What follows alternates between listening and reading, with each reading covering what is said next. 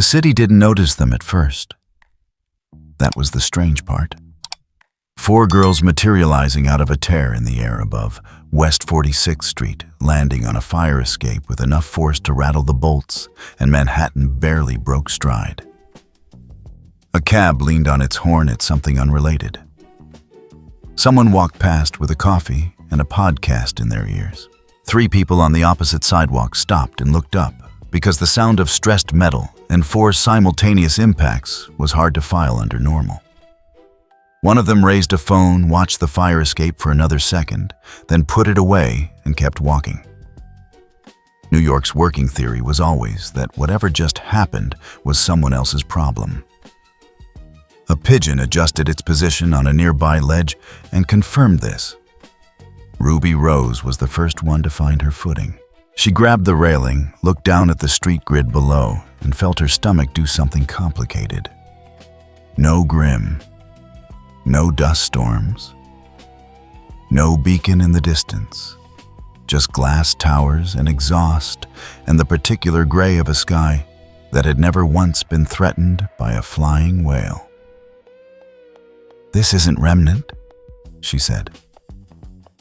Weiss was already on her feet, straightening her jacket with the kind of reflex that happened before conscious thought. She surveyed the block below, the signage, the vehicles, the architecture with narrowed eyes, and said nothing for a moment. Then, "No, it is not." Blake had landed in a crouch and stayed there scanning. Her ears tucked beneath her ribbon were doing the actual work. Thousands of voices, engines, something mechanical and rhythmic from a construction site 3 blocks east. The smell of the city was different from anything she knew.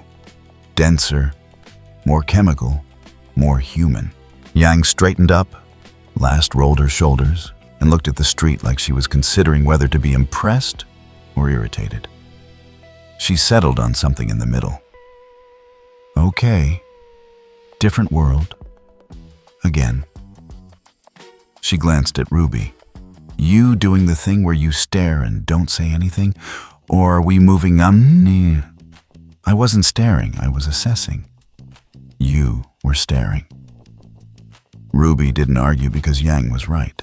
She had been staring at the sheer ordinariness of it, the way this city hummed along without monsters or kingdoms or any apparent reason to need people like them. There was no rubble here. No aftermath of a grim attack, just traffic and strangers and the midday sun catching the side of a glass building and throwing white light across the fire escape. She was about to say something practical. Find ground level, find information, find a way home. When the sound hit them. Not an explosion, something worse. The slow building groan of stressed metal. The kind of noise that meant something was giving way and had been giving way for longer than anyone realized. Half a block south, a construction crane was listing. The counterweight cables on the east side had snapped, and the arm was swinging in a slow, terrible arc over a street that was still full of people who hadn't looked up yet. Ruby was already moving before the crane arm reached its apex. Pedal burst doesn't look like much from a distance. One moment she was on the fire escape railing. The next, there was a trail of red and black petals across 50 feet of open air. And Ruby was on the ground, running parallel to the street crescent rose in its full deployed form.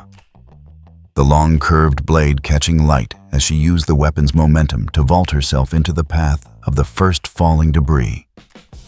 A support bracket the size of a refrigerator and redirect it sideways into a parking structure wall instead of into the crowd. The people on the sidewalk scattered. Some ran, some froze, some pulled out phones. Weiss came down from the fire escape via a sequence of glyphs, white geometric shapes flaring to life at intervals in the air, each one a foothold that dissolved behind her as she descended.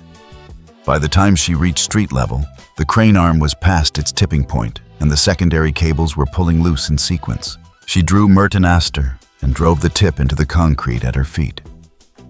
Pushing a glyph forward and outward, a wide platform shape that caught 2 construction workers who had been standing directly under the drop zone and held them suspended 3 feet off the ground, safely outside the impact radius.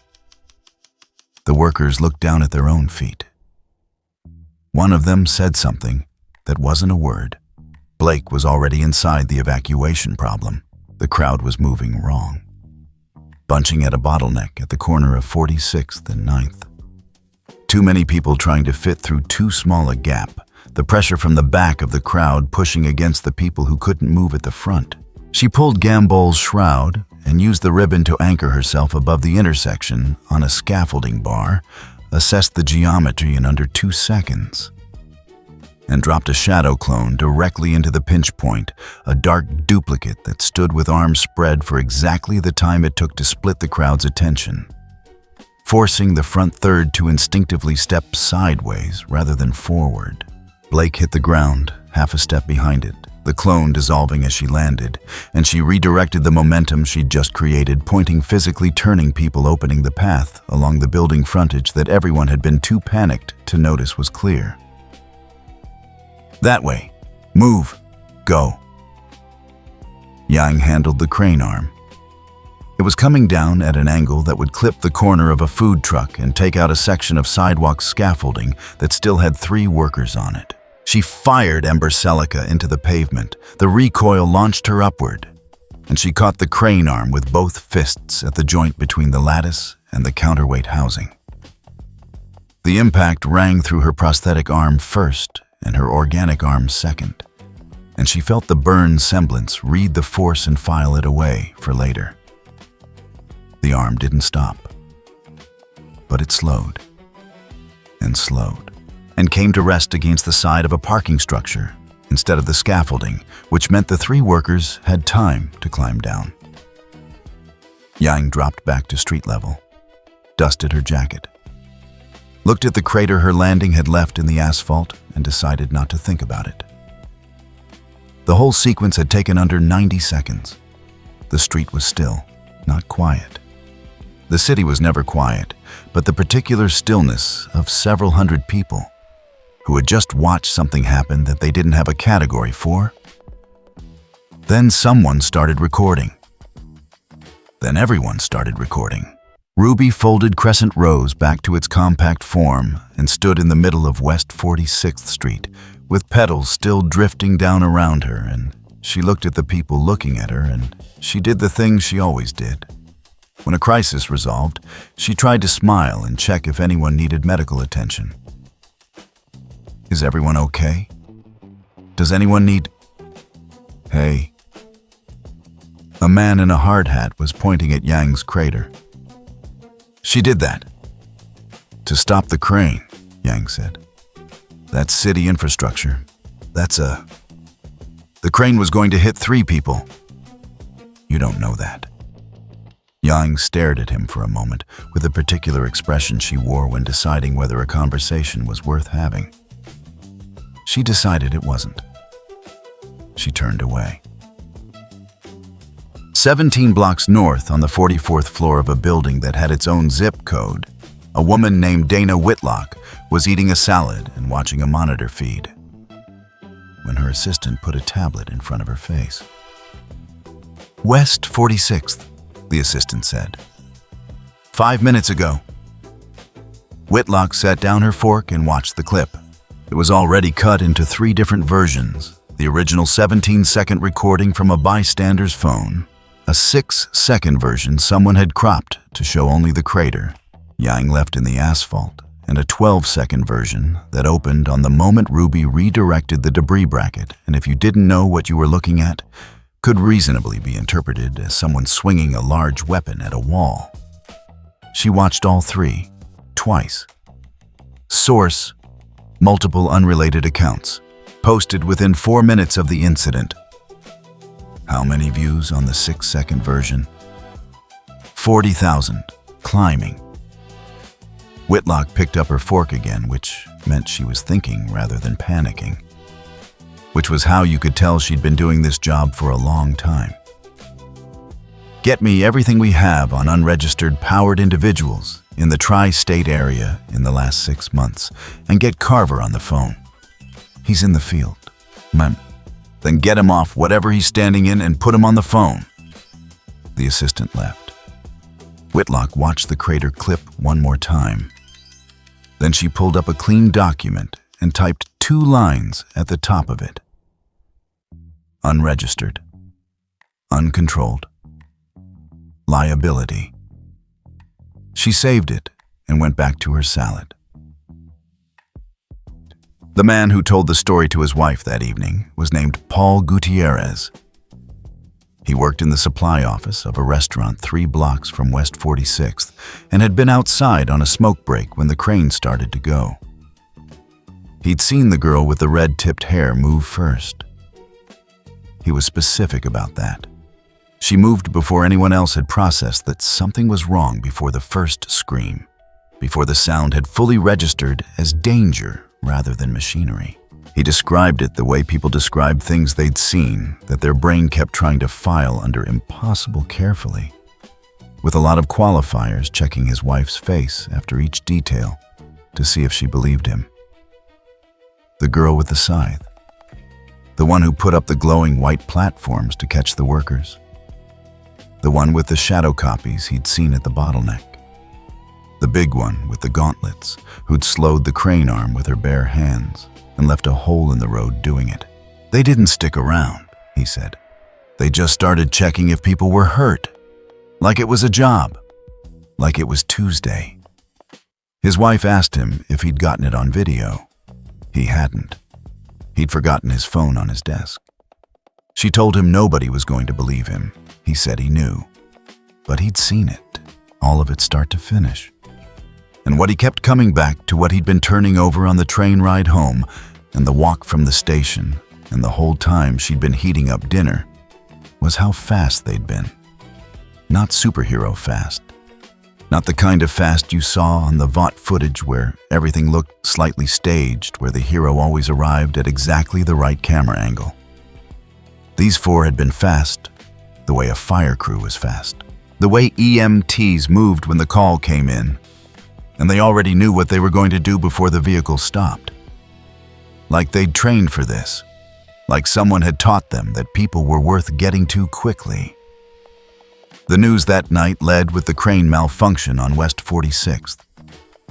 Property damage 1 construction worker with a sprained ankle from the initial cable snap. A delivery driver with a forearm laceration from broken window glass, and a remarkable evacuation with no fatalities.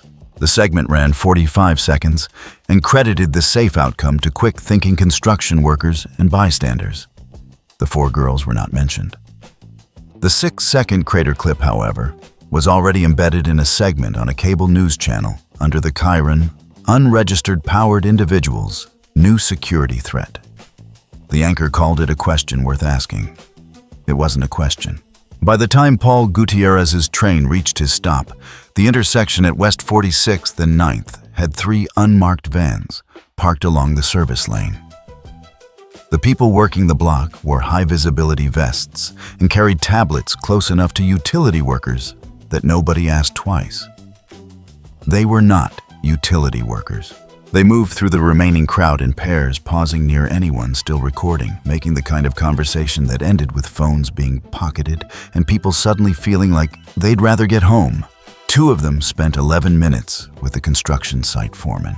Another pair walked the parking structure wall where the debris bracket had hit, took photographs, and applied a substance to the impact zone that would cure to the color and texture of the surrounding concrete by morning. The crater Yang had left in the asphalt was cordoned off within the hour. A city maintenance van, genuinely city, arranged through a liaison whose name appeared nowhere, arrived shortly after. By midnight, the asphalt was patched. The patch would be indistinguishable from the surrounding road surface within a week. Miles Carver stood at the far end of the block and watched his team work. He didn't use a tablet. He used a small notebook which he would burn before the end of the night. He wrote down 1 line about each person his team had spoken to and a 2nd line about what they'd agreed to. He didn't write anything about the 4 girls. That was someone else's job, the part that happened on camera in offices and document language. His job was the part that didn't leave a record. The first version of the story ran at 6:47 in the morning. Not the story about the crane. That story, the one Paul Gutierrez had tried to tell his wife.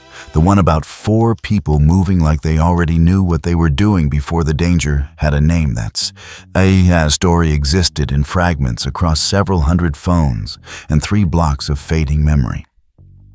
It was real. It was documented. It was, for the purposes of the next 12 hours, completely irrelevant. The story that ran at 6:47 was a different one. It opened with aerial drone footage of the construction site, the listing crane frozen at its worst angle, and a chyron that read, "Powered Incident, Midtown. Who are they?" The anchor's tone was the particular register of concerned curiosity that American cable news had perfected. Not accusatory, not yet just asking, just raising the question. The clip they cut to was 11 seconds long. Yang's fists connecting with the crane arm, the asphalt crater, and this was the edit that mattered, a half-second of debris dust, still settling over the street, framed to look like aftermath rather than prevention. No context, no crane, no workers who'd been standing in the drop zone 30 seconds earlier. By 7:15, the 11-second clip had a name. By 7:40, that name had a hashtag. On the 32nd floor of Vought Tower, the morning briefing had started at 6.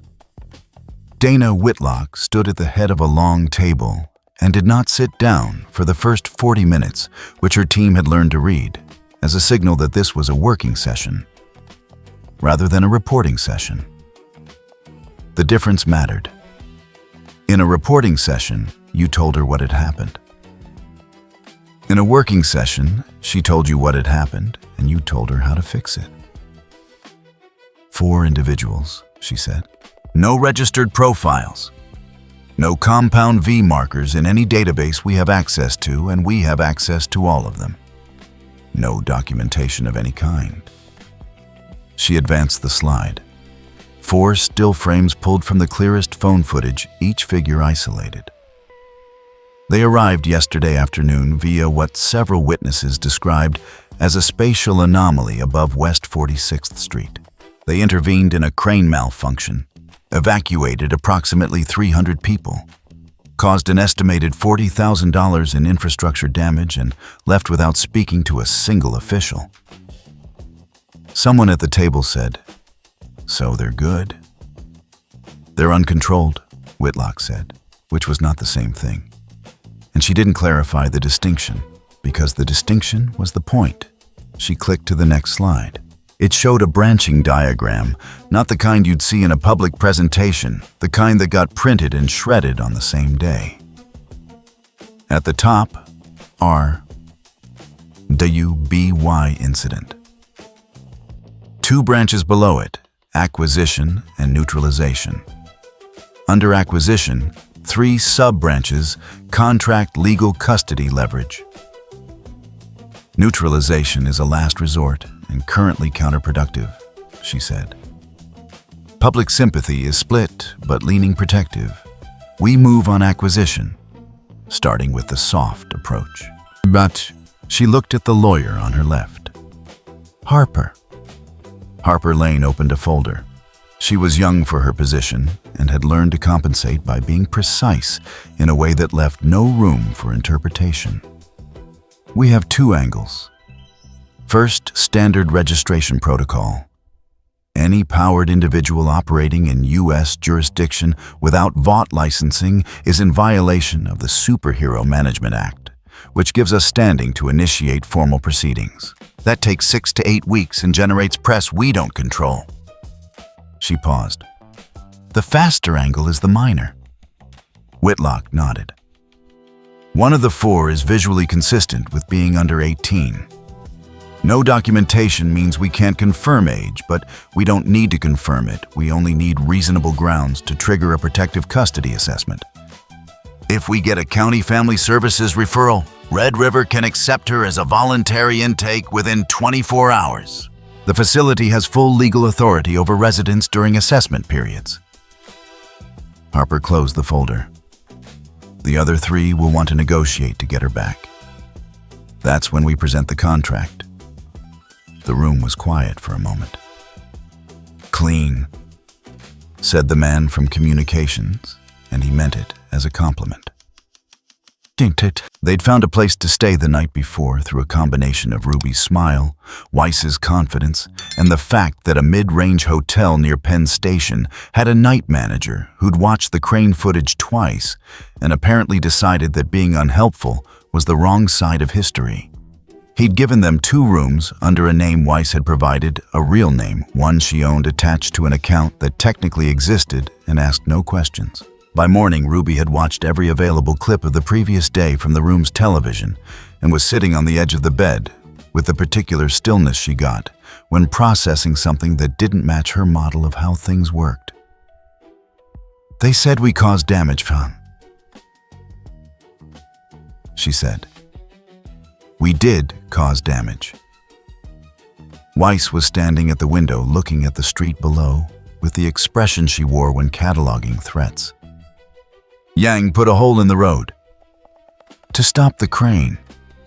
Yes, and a hole in the road is visible and documentable, and the crane not falling on 3 people is invisible and not documentable, so one of those things is in every clip and the other one requires explanation. She turned from the window. They don't want to explain. Explanation is a second news cycle. What they have right now is cleaner. Blake came in from the connecting door with a tablet she'd acquired somewhere Ruby decided not to ask and set it on the bed. 3 accounts posting the same 11-second clip within 90 seconds of each other. Different usernames, different profile ages, no shared followers. That's coordinated. She pulled up a side-by-side comparison she'd already assembled. This is what actually happened. This is what the clip shows. Yang leaned over and looked at both images. Huh. So they just removed the crane. Not removed. Cropped. The crane is technically present in frame for 2 seconds at the start. But the compression and the cut make it red as background. Your hands connecting with it look like an attack. Blake set the tablet down. Someone built this clip before they posted it. That's not a bystander. That's a workflow. Ruby was quiet for another moment. Then, so, what do we do? We don't stand in the street, Weiss said. Not right now. Every minute we're visible is a minute they're writing the caption. Zan. The meeting happened at 10:30. Vought sent 2 people Harper Lane and a man named Stephen Cho, who had a title that involved the word outreach, and whose job, it became clear within 4 minutes, was to seem reasonable. They met in a conference room in a building Vought didn't publicly own, which was a detail Blake filed away and said nothing about. Harper placed a folder on the table. We want to help you navigate this. You want to acquire us, Weiss said. A brief pause. We want to ensure your situation is handled in a way that protects everyone involved. The folder.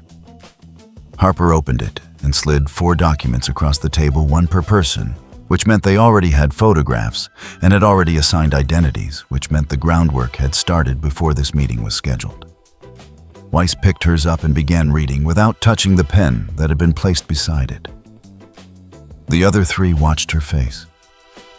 She read for 90 seconds. Then she set the page down and looked at Harper. Clause 7 requires Vought pre-approval for any powered activity within U.S. jurisdiction. Clause 12 prohibits direct communication with press outlets without a Vought communications liaison present. Clause 19 grants Vought licensing rights to any footage, imagery, or documentation of powered activity by the signatory. She tapped the page once. And the addendum on the last page identifies Ruby as a minor pending documentation review and places her under Red River Institute supervision during the contract assessment period. Stephen Cho smiled. That's just a precautionary measure. Red River is a wonderful facility. It's a hostage clause, Yang said. She can't sign because she's a minor, so you keep her until we sign. That's not protective custody. That's leverage with paperwork. Cho's smile stayed in place. The smile was his whole job. We need time to consider this, Weiss said. Of course. Harper collected the unsigned documents with the efficiency of someone who had expected this. We just ask that in the interim, you refrain from any public-powered activity. For everyone's safety. After they left, the four of them sat in silence for a moment. We're not signing that? Ruby said. No, Weiss agreed. So what happens to me? Nobody answered immediately, which was its own kind of answer. Blake was already looking at the door the Vought representatives had walked through. The addendum, she said. Did you notice it was pre-filled Ruby's name, her description, the assessment referral number? She looked at the table. That document existed before this meeting. Probably before last night. Blake had been watching the street below the building for the past hour. What she'd seen had taken 15 minutes to register as a pattern and another 45 to confirm. It wasn't obvious. That was the craft of it. A woman in a gray coat who stopped to check her phone at 3 separate intervals near 3 separate people who had been present at the West 46th incident. Blake had cross-referenced the faces against background figures in the cleaner bystander footage from the previous day. Each conversation lasted under 2 minutes. Each person walked away afterwards with their phone in their pocket instead of their hand, which was a small thing, and also not a small thing. One exchange was closer to the building entrance, and Blake could read enough of it from posture and gesture, the gray coat woman a younger man, with a news lanyard. Something offered, not money, not visibly, but the body language of a transaction and the man nodding once and pulling up his camera roll and deleting something. A journalist. Deleting something. Because someone pleasant had asked him to. She didn't tell Ruby yet. Ruby was already at the window watching the street jaw set, not saying anything. She had that look she got when she was deciding whether to act and already knew the answer and was waiting for someone to tell her it was wrong. Yang was leaning against the wall with her arms crossed and her prosthetic hand opening and closing in the slow rhythm it did when she was keeping herself from breaking something. How long do we wait? We're not waiting, Blake said. We're reading. Reading feels a lot like waiting. Reading is how you know where to move. Blake turned from the window. They already filed the paperwork. They did it before the meeting, which means the meeting was theater. Ruby gets flagged regardless of what we decide in that room. The sound outside changed more vehicles, a different register of activity below. Weiss crossed to the window, looked down and said nothing for 3 seconds. 2 official vehicles, she said. Family services markings. 1 Vought-adjacent SUV, no plates. A pause. They're not waiting for us to decide either. Ruby stood. Then we move. We can't, Weiss said, and her voice had the quality it got when she was about to say something true that she wished wasn't. Not here. Too many cameras, too many people. If we move now, every clip will show us running from Child Protective Services. She turned to face Ruby directly. If they take you now in view of everyone with paperwork, they win the story before we've started. But if we let you walk in voluntarily calmly, we control the next move. They expect us to fight it here. Ruby looked at her for a long moment. You're saying let them take me. I'm saying don't give them the footage they want. Weiss held her gaze. We will get you out. But not on their terms and not on their timeline. The vehicles were pulling up below. Through the window, Blake watched a Vought representative emerge, first already smiling, already positioned for the cameras that had materialized on the opposite sidewalk with the kind of timing that didn't happen by accident. Ruby straightened her jacket. She looked at Yang, who looked back and said nothing, but uncrossed her arms. She looked at Blake, who gave her a small nod. Fine, Ruby said. but I'm not signing anything." They walked down together. The representative met them at the door with paperwork that had Ruby's name printed at the top in clean official font and an expression of professional warmth that had been practiced until it had no seams. Ruby got into the vehicle without fighting, which was the hardest thing she'd done since arriving in this world. Through the rear window, she watched Weiss and Blake and Yang standing on the sidewalk growing smaller. A camera crew on the opposite side was already framing the shot, the Vought logo visible in the background. The official vehicle's the orderly process of a system taking care of a minor. The representative in the front seat said something into a phone about successful intake. The SUV merged into traffic, and Manhattan folded around it, indifferent as always. And Ruby pressed one hand flat against the cold glass of the window and thought the lock is a form, and the form has a number, and someone filed it yesterday, which means someone can unfiled it. She just needed the right lever. The room was fine. That was the first thing Ruby noticed, and the thing she kept returning to over the next several hours, because it bothered her in a way she couldn't immediately name. The room was clean and well lit, and had a window, a real window, not frosted glass, and the bed had 2 pillows, and there was a shelf with books on it, and a small desk with a lamp. The lamp had a warm bulb. Someone had chosen that. Someone had decided that the lamp in room 14 of Red River Institute should have a warm bulb rather than a fluorescent one, and the decision had been implemented, and the result was a room that looked like care. The door locked from the outside. She'd tested it twice quietly so the camera in the upper corner wouldn't read the movement as anything other than someone adjusting to a new space. The camera was small and matte finished and mounted where a smoke detector might go, and if you weren't looking for it, you'd see the smoke detector housing and stop there. Ruby was looking for it. There were 11 other residents that she'd counted during the intake, walked through a tour conducted by a staff member named Diane, who smiled at appropriate intervals and used the word community 7 times in 20 minutes. Most of the kids were teenagers. 2 were younger. One boy, maybe 13, sat in the common room with his knees pulled up and watched Ruby with the flat assessing look of someone who had learned not to invest too quickly in new arrivals. At dinner served at 6 family style in a room with round tables and a mural of a cityscape on one wall, Ruby sat across from a girl named Zoe who had hair dyed in 3 colors and a burn scar on her left forearm that she didn't try to hide. Zoe told Ruby she'd been at Red River for 8 months. She said it the way you say a number you've stopped being surprised by. "Do people leave?" Ruby asked. "Sure. Some go to the program, some age out." Zoe pushed food around her plate. "Some get adopted if their ability profiles are low threat. They like low threat." "What's the program?" Zoe looked at her the way the boy in the common room had looked at her measuring. Then she seemed to decide something.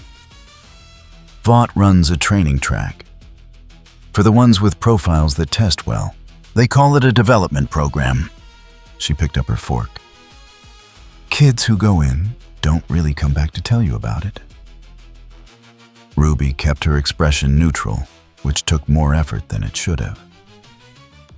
After dinner, she helped clear the tables without being asked, which made Diane smile again, the same smile calibrated to the same wattage as all the others. On the way back to her room, Ruby passed an office with a half-open door. Through the gap, she saw a filing cabinet, and above it a cork board, covered in paper intake forms, she thought each one with a photograph in the upper corner. She didn't slow down. She filed the location and kept walking. Her room's window looked onto a side alley, and past it a service road. She sat on the bed with the lamp on and thought about what Weiss had said in the SUV doorway, which wasn't much because Weiss never wasted words at the wrong moment. "We will get you out." 4 words. Weiss didn't say things she didn't mean. She believed it.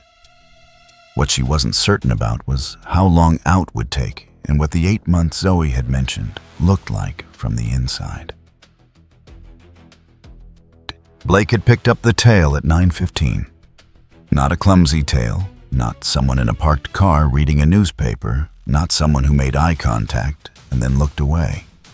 This was professional two-person rotation, 60 to 80 feet of separation, switching off at natural transition points like crosswalks and building entrances. She'd noticed the first one outside the coffee shop where she'd set up with a clear sight line to 3 of the camera positions she'd mapped the previous day.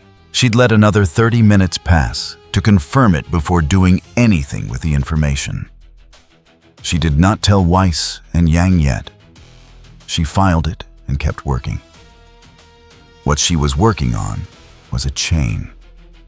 It had started with the pre-filled paperwork from the Vought meeting the referral number that had existed before RWBY's name was attached to it, and it went backwards from there. She had 3 nodes so far. The first was the 11-second clip. She'd traced 2 of the 3 accounts that had posted it within 90 seconds of each other, and found that both had been created within the past 4 months and had no activity prior to yesterday. Not bots, or not only bots. The posting behavior was too coordinated for pure automation, which meant someone had accounts held in reserve for exactly this use. Clip goes live accounts. Activate hashtag Seeds Cable News picks it up. The pipeline was fast because it had been designed to be fast. The second node was a woman named Carla Reyes, who had been standing near the northern end of the West 46th bottleneck and had posted a 40-second clip the previous evening that showed, among other things, Blake's shadow clone splitting the crowd. The clip had 17,000 views by midnight. By 6 this morning, it was gone. Not just taken down, the account was deactivated, which was a different action and required either the account holder or a platform-level intervention. Blake had found a cached version in a third-party archive before that too was removed. She'd saved a copy to a drive that she kept physically on her person. The third node was the one she was looking at now from a table outside a sandwich shop, watching a man she'd been tracking since he'd left a building 2 blocks from Vought Tower 40 minutes ago. He was methodical. He carried a tablet and wore the kind of lanyard that read, as administrative without being specific. He'd stopped to speak with 4 people so far, 2 in the immediate vicinity of yesterday's incident site, 2 at a diner where apparently several of the rescued construction workers had been having breakfast. Each conversation ran short. Nobody he spoke to looked upset. Nobody he spoke to looked happy. They looked primarily like people who had just accepted that something was slightly simpler than they'd thought. One of the construction workers, Blake could see him still at a corner table through the diner window, had answered 2 phone calls from what appeared to be a news outlet in the past hour. She'd seen him decline both. Yesterday, he'd spoken to a local journalist for 6 minutes on the steps of the site. She'd found the clip. So someone who had spoken to press yesterday was declining press today, and a man with a tablet and a Vought-adjacent lanyard had sat across from him for 4 minutes this morning. That was the chain. Incomplete, she had no hard documentation, no recording of the conversations, no direct link between the tablet man and the account deletions, but it was a shape. It had a logic. And the logic said there was infrastructure here, not individual decisions. This wasn't one person cleaning up. This was a function run on a schedule staffed by people who treated it as a job, because it was a job. She pulled out her scroll, which didn't work here, which was a problem she'd been working around by using hardware she'd sourced locally, and made notes in a format she'd use for nothing else. Shorthand partial words, the kind of notation that only resolved into meaning in her own head. Then she paid for her coffee and moved, because staying in one place when you knew you were being followed was a way of telling the people following you that you didn't mind. She minded. Chick. The hotel room that Weiss had rebooked under a different name had 2 chairs and a small table between them. And Yang was sitting in one chair the way she sat when she was not letting herself pace. Her prosthetic hand was resting on her knee, fingers loose. It was the stillness that looked like effort. Tonight, Yang said. Not tonight. Weiss was standing at the table where she'd laid out everything she'd assembled about Red River's exterior, approach angles, camera positions sourced from public satellite imagery, and 2 walk-bys she'd done that afternoon in civilian clothes. Tonight, we're missing 3 things: internal layout guard rotation timing, and a route that doesn't put us through the facility's main camera coverage. Blake can get internal layout. Blake is being followed. Yang looked up. Since when? Since this morning. She flagged it an hour ago. She's managed it. She's not in danger, but it means she can't run a close approach on Red River tonight without drawing attention to the facility.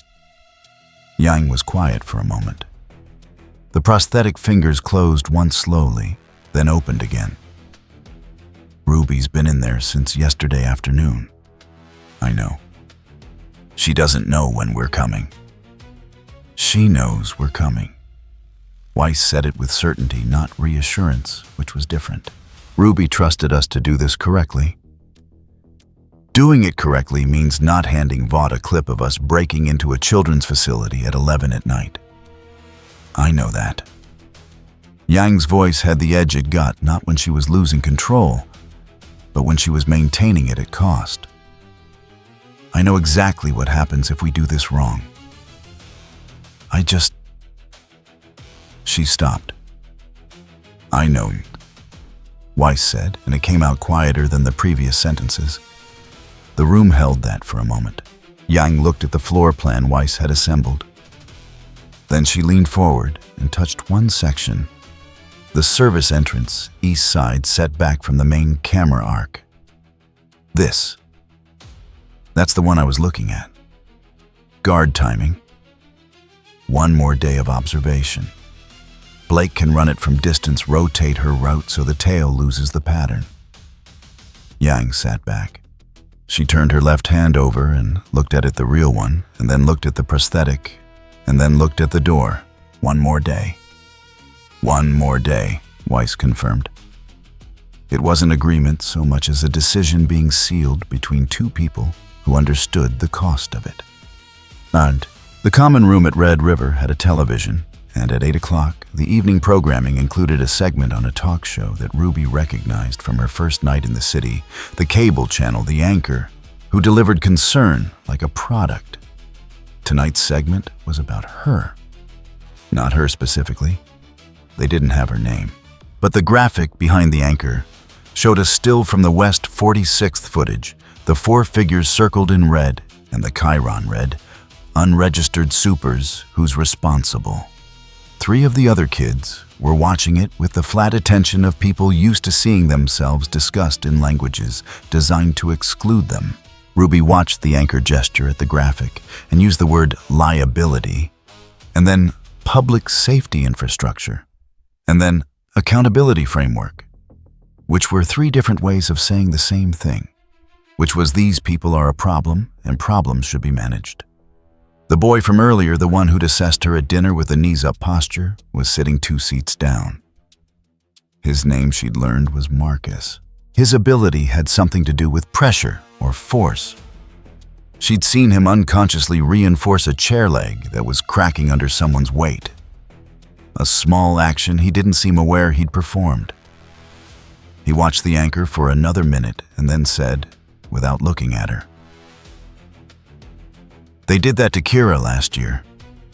The graphic and the red circles. She was 12. What happened to Kira? Development program?"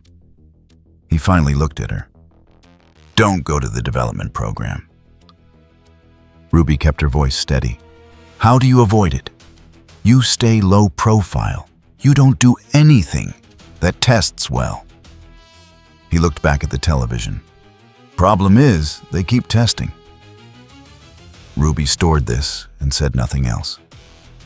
On screen, the anchor moved to the next segment, a charity gala Vought sponsorship, visible in the background, a soup in full costume, shaking hands and smiling with the ease of years of practice. She thought about Weiss's phrase, "The lock is a form, and the form has a number." She thought about the cork board in the office off the main hallway. The intake forms with photographs, and about the fact that she'd passed that office twice now, and both times the door had been opened to the same angle. Not careless? Or maybe careless in a way that had become habit because nothing here had ever needed to fight back. She was going to need a few more passes to read the form numbers. That was fine. She had until tomorrow.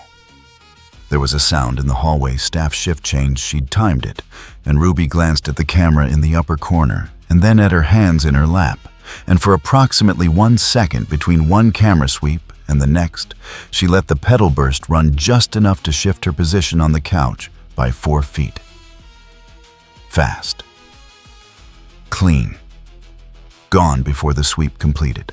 She settled into the new position as if she'd always been sitting there and watched the television and let herself feel very briefly the particular satisfaction of knowing exactly what she was capable of in a room designed to make her forget. They went over it 3 times. Not because any of them were slow, because the margin for error was exactly 0, and they all understood that without needing it said. One wrong move and the footage Vought wanted wrote itself 3 armed women assaulting a licensed care facility for children. Yang had pointed out with characteristic economy that this would be bad. Weiss had agreed. Blake had already mapped the camera grid and was drawing approach angles on a takeout bag with a pen she'd borrowed from the hotel desk. The facility's exterior cameras covered the front entrance, the 2 side approaches, and most of the back perimeter. Most. There was a gap in the northeast corner where the coverage overlap between 2 cameras required both to be active simultaneously. One was on a 90-second rotation cycle. The other had a slight physical tilt that created a 12-foot blind zone along the service road fence line. Blake had confirmed both on separate walk-bys during the day, and she'd confirmed them again at dusk, and she was confident. Weiss takes the primary cameras at the junction box, east wall, behind the HVAC unit, Blake said. Glyph time to the rotation gap. We need 40 seconds of blind coverage on the main corridor. Not more, because longer triggers the monitoring alert at the security desk. 40 seconds is enough, Weiss said. Then Yang and I go through the service entrance. Yang on the door, no explosions, and I run the interior route to RWBY's wing. Weiss holds the junction box position until we're through. What's RWBY doing while we do all this? Yang asked. Blake allowed herself a brief expression. RWBY is doing what RWBY does when she knows help is coming, and has been paying attention for 24 hours. The junction box was where Blake said it would be, behind an HVAC housing that smelled like industrial cleaner and old rubber. Weiss pressed 2 fingers to it and felt the current running through the connections inside, and then she pushed a glyph into the casing. White light gone in, under a second absorbed into the electronics. Not destruction. Redirection, the signal that told the cameras to record, would continue transmitting, but the cameras themselves would receive it a rotation late. To the security desk, the feed would look live. To the corridor, there would be 40 seconds of nothing. She checked her watch, pressed her back to the HVAC housing, waited. Through the fence, she heard Yang's prosthetic hand close around the service door handle. The handle was a reinforced lever lock, rated for emergency exit, which meant it was designed to be opened from the inside without a key, and from the outside it required either a key card or a specific amount of lateral force applied at the latch housing rather than the handle itself. Yang had spent 12 seconds with the door the previous evening, running one finger along the frame, feeling the resistance distribution. Now she applied pressure at exactly the right point. Controlled specific the kind of force that bent metal rather than broke it, and the latch housing flexed inward 6 millimeters, and the door swung open without a sound. She held it. Blake went through first. The interior corridor was institutional white under low evening lighting. Linoleum floor, numbered doors on both sides. Blake moved without sound, using the door frames as cover at each intersection. Shadow manifesting briefly at the first junction to take a corner ahead of her, and confirm it was clear before dissolving. At the second junction, there was a staff member, not security. A younger man in a gray facility uniform carrying a stack of towels toward a linen closet. Blake waited for him to pass, watching the angle, timing his steps. He went into the linen closet and pulled the door half shut, and she was past before he emerged. Room 14 was the third door on the right of the second corridor.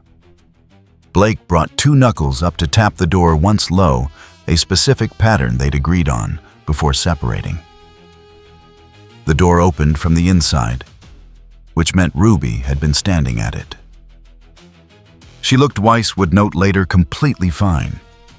Not fine in the way of someone pretending, but fine in the way of someone who had spent 24 hours gathering information and was annoyed at the interruption to a process she hadn't finished yet. The intake forms are in the office off the main hall. RWBY said at a volume that required Blake to lean in slightly.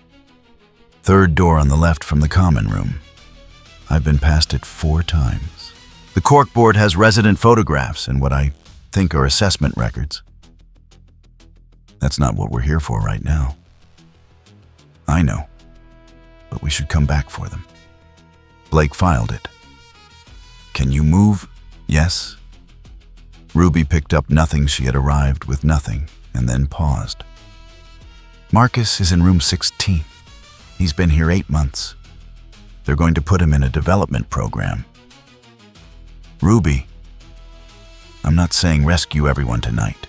I'm saying I know which kids need out most, and I know the layout, and next time we do this, we should do it right.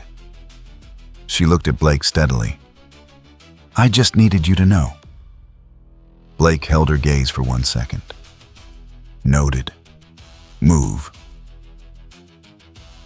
The extraction route ran back through the service corridor the way they'd come, which was the right call, known geometry confirmed clear 30 seconds ago.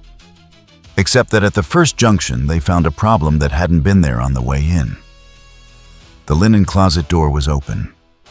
The staff member in the gray uniform was standing in the hallway with his towels staring at 3 people who had no reason to be in this corridor. He was young, 23, maybe 24. He looked at RWBY, and then at Blake, and then at RWBY again, and his expression ran through confusion, recognition. He'd seen the cable news coverage clearly, and then something that wasn't quite fear, something closer to conflict. You're her, he said very quietly. RWBY looked at him. Are you going to stop us? He was silent for 3 seconds, which was a long time in a corridor with a camera grid that had 30 seconds of coverage left. The emergency exit at the end of this hall, he said finally. It doesn't have a motion alarm. It was flagged for maintenance 6 weeks ago. They haven't fixed it. He turned around, walked back into the linen closet, and pulled the door shut. Blake was already moving toward the emergency exit. Yang was waiting at the fence line with an expression that ran warmer the moment she saw RWBY, though she managed it before it became anything demonstrative. She put one hand briefly on RWBY's shoulder, a contact that lasted approximately 1 second and communicated everything it needed to. Trouble, she said. Managed, Blake said. They were 3 blocks away before Weiss released the glyph on the junction box, and the cameras resumed their normal rotation, recording an empty corridor where 4 people had been 90 seconds earlier. The cleanup crew arrived at Red River at 11:40. Not Carver personally, this was a Tier 2 response, which meant 2 vehicles, 4 personnel, and a specific checklist. They confirmed camera integrity, no gaps in the recorded footage, which meant the extraction had used the analog blind spot rather than a technical breach, which meant no digital evidence trail. They interviewed the night staff on duty. 6 people. 5 gave consistent accounts of a quiet shift with no unusual activity. The 6th, a young man in a gray uniform who had apparently been doing linen inventory, said he'd heard something near the emergency exit around 10:50, but hadn't investigated because the alarm hadn't triggered. He was asked twice whether he'd seen anyone in the corridor. Both times, he said no. The crew lead marked him as a low-risk discrepancy and moved on. In room 14, the only evidence of Ruby's stay was a lamp on the desk and a book that had been moved from the shelf to the bed and back again. Nothing taken. Nothing damaged, nothing that wouldn't read as a standard vacancy. Whoever had been here had been careful. The crew lead photographed the room and filed the report and texted one word to a number that connected to Whitlock's assistant rather than Whitlock directly, because some things were better communicated at a remove. The word was gone. None. 3 floors above the city's street level, in a room that cost more per night than most people made in a month. Ruby ate something from a takeout container and stared at the middle distance with the look she got when processing at full capacity. "The boy," she said. "Marcus and the others." "I know, Wesson," Weiss said. "We have to go back." "We will."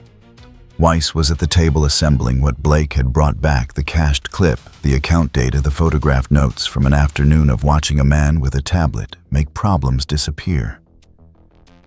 But right now, going back for them is the same operation as taking apart the system that put them there. One requires the other. She looked at Ruby. "Blake's mileage isn't wasted. We have a shape. We know where the data lives." Ruby was quiet for a moment.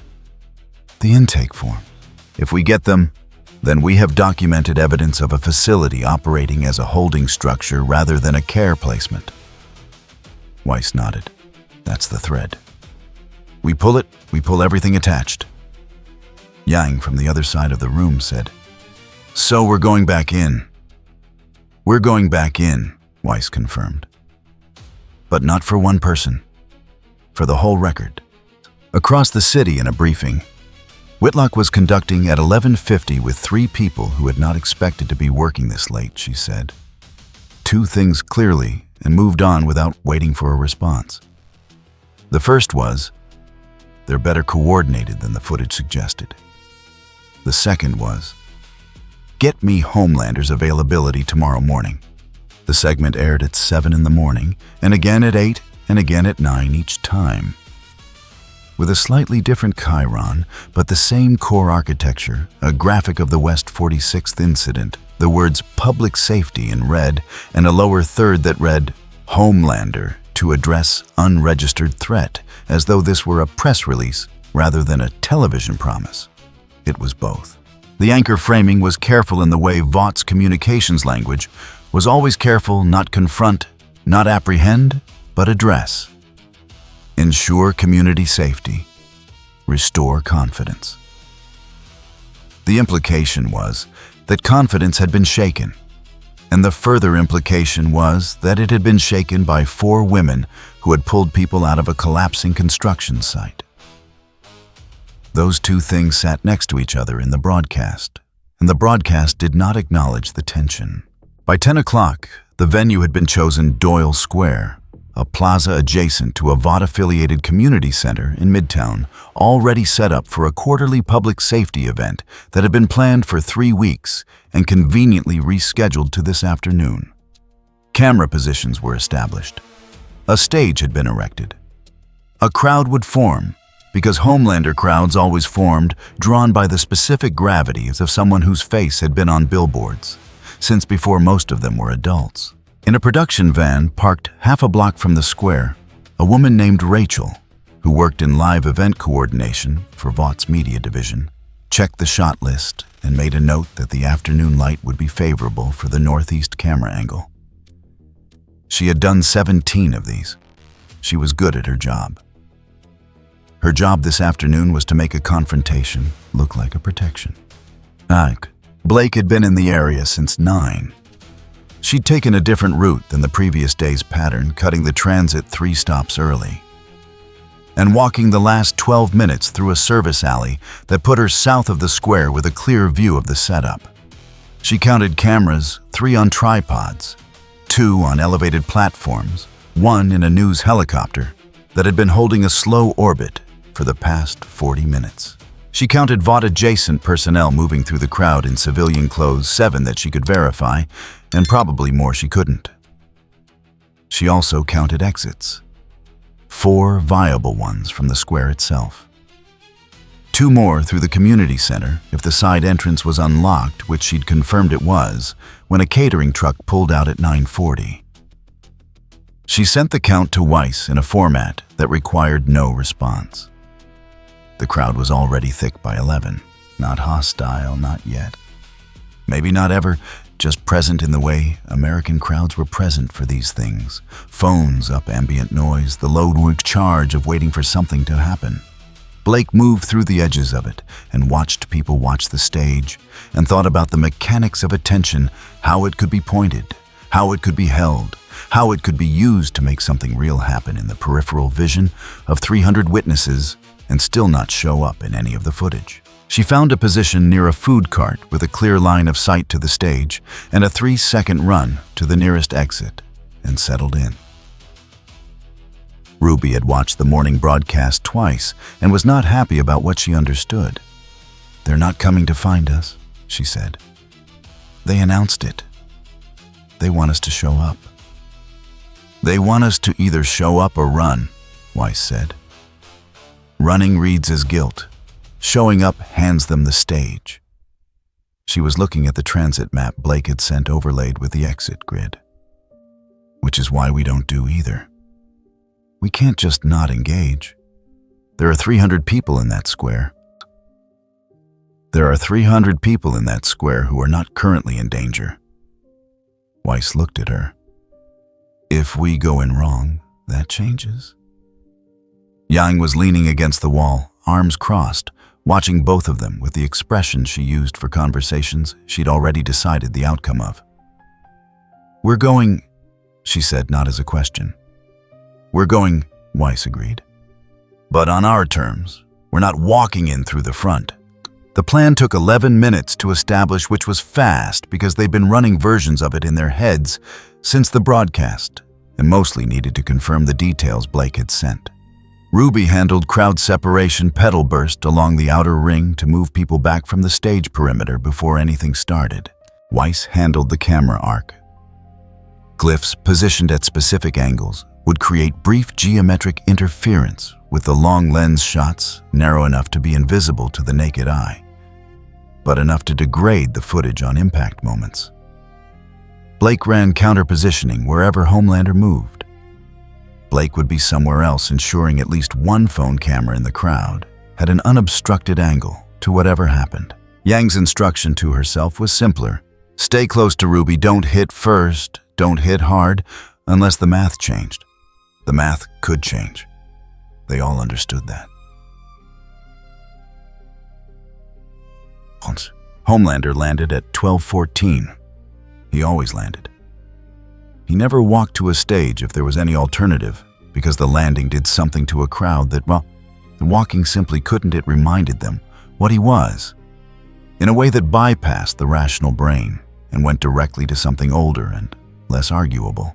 The sound of the cape settling the light, catching the eagle on his shoulder. The way he stood with his hands loose at his sides and looked at the crowd as though he were both part of it and above it simultaneously. He was good at this. He had been doing it since before he understood why it worked. The crowd surged forward slightly and pulled back slightly in the same motion, the physics of awe. He stepped to the microphone that had been set up for him, though he didn't need it, and said at a volume precisely calibrated to sound conversational while carrying 30 feet. "Thank you all for being here. I know there's been some concern this week about what happened on West 46th. Murmur through the crowd, agreement and unease in roughly equal measure. I want to be clear that we take public safety seriously." A pause, natural, practiced. "Powers operating without oversight put everyone at risk. That's not a political statement. It's just responsible governance." He was scanning the crowd as he spoke, the X-ray vision running below the performance, like a second frequency, checking faces, checking profiles, cataloging threats. He found Blake first northeast corner near the food cart, positioned exactly where someone would stand if they wanted exit options and unobstructed sight lines. He found Yang 20 feet to her left, weight balanced, not watching him. He found Weiss on the west approach, too far from the stage to be a spectator. He didn't find RWBY, which he noted without changing expression. The individuals involved in the West 46th incident have been invited to speak with us today. Another pause, and this one carried a different weight, the transition from reasonable to final. If they're here, I'd ask them to come forward, in the interest of everyone's safety. They didn't come forward. What happened instead was that the outer ring of the crowd, roughly 40 people on the stage-facing perimeter, moved backward calmly, with no apparent reason clearing a 10-foot buffer between themselves and the front edge. RWBY had run the pedal burst in a wide arc at ankle height, invisible in the ambient movement of a crowd, that large, gentle enough that the people being redirected registered it as an instinct to take a step back, rather than an external force. By the time the perimeter was clear, she was already repositioned. Homelander's eyes moved to the cleared space. His expression didn't shift. "So we're doing this," he said, and he wasn't using the microphone for that one. He came off the stage without a formal announcement of it, just stepped to the edge and dropped to street level, and the crowd parted for him. The way it always parted, the automatic deference of 100 bodies that understood the gradient of power, even if they couldn't name it. He walked toward the cleared perimeter, and his hearing was picking up 3 separate sets of footsteps in tactical patterns and the low-frequency hum of a glyph being charged somewhere to the west. RWBY appeared at the edge of the cleared zone. She had crescent rose in its compact form, not deployed, carrying it rather than wielding it, which was a deliberate choice, and he read it as one. "We didn't come here to fight," she said. "You came here anyway. There are 300 people watching. You knew we'd come." He looked at her for a moment. She was younger than he'd expected from the footage, and something about that registered in a way he didn't entirely process before filing it somewhere else. "The responsible thing," he said, "is to let us help you navigate this situation. Registration oversight, operating guidelines, everything you need to function safely." The camera to his left was running. The one on the elevated platform was running. He could hear both. "We do this together, or..." The heat vision came without the sentence finishing. Not at her. Beside her, a 2-second burn at a concrete barrier 6 feet to her left, precise enough to be a warning, dramatic enough for the cameras. The crowd flinched hard. Several people screamed. Someone dropped their phone. Weiss's glyph intercepted the tail end of the beam at a 45-degree angle, bending it downward into the pavement, where it burned a shallow groove and stopped. The motion was small enough that most of the crowd didn't see it. They saw the beam, the smoke, the cracked concrete, and the 4-foot section of pavement that now had a thermal scar. What they also saw, on at least 11 phones that happened to be pointed at the right angle, was Homelander firing into a crowd area. The barrier had people on the other side of it.